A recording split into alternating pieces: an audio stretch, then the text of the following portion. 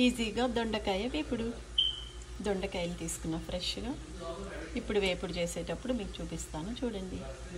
దొండకాయ వేపుడికి ఇట్లా దొండకాయ ముక్కలు చీరికలు కోసేసుకోవాలి. ఇక్కడ కోసి పెట్టేసుకున్నా నేను చూడండి. ఇక్కడ ఆనియన్స్ కూడా ఇలా తరిమి పెట్టేసుకోవాలి. ఇప్పుడు దొండకాయ వేపుడు చేసి చూపిస్తాను మీకు చూడండి. దొండకాయ వేపుడు చేయడానికి ఒక గరిటెడు నూనె వేస్తున్నాను ఒక ప్యాన్లో. నూనె కాగింది. ఇప్పుడు పోపులన్నీ వేస్తున్నాను. ఈ తెల్లగా కనపడేది ఇంగువ పౌడర్. దొండకాయ వేపుడికి నేను ఈ పోపు వేస్తున్నాను చూడండి.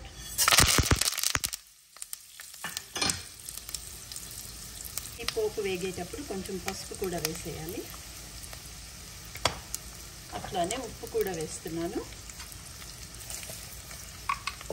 ఒకసారి కలుపుదాం. చూడండి పోపులన్నీ వేగాయి. ఇప్పుడు నేను అందులో ఆనియన్స్ వేస్తున్నాను.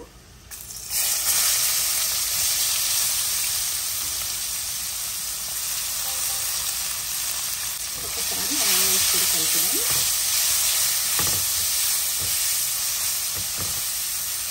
ఇప్పుడు ఈ దొండకాయ వేపుడులో కొంచెం అల్లం వెల్లుల్లి పేస్ట్ వేస్తున్నాం. అది కూడా కలుపుదాం.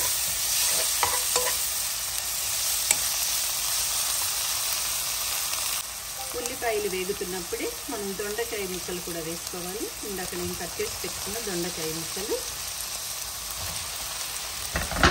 ఇలా చేయండి. వేపుడు చాలా బాగుంటుంది. ఆనియన్స్ వేసి అల్లం వెల్లుల్లి పేస్ట్ వేసి ఇప్పుడు ఒకసారి కలుపుదాం. చూడండి ఇట్లా శుభ్రంగా కలిపేసుకోవాలి.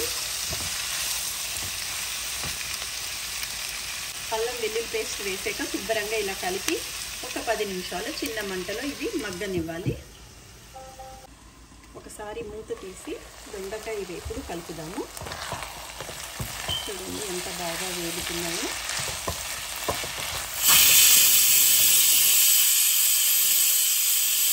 ఇంకొక 5 నిమిషాలు మగ్గాలి. ఇప్పుడు దొండకాయ వేపుడిది మూత తీసి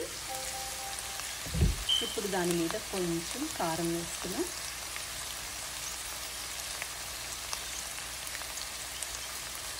ఇప్పుడు ఈ దొండకాయ వేపుడు అట్లా ఇట్లా తిప్పేసి ఆఫ్ చేయడము. దొండకాయ వేపుడు ఈజీగా ఎట్లా అయిపోయింది చూడండి.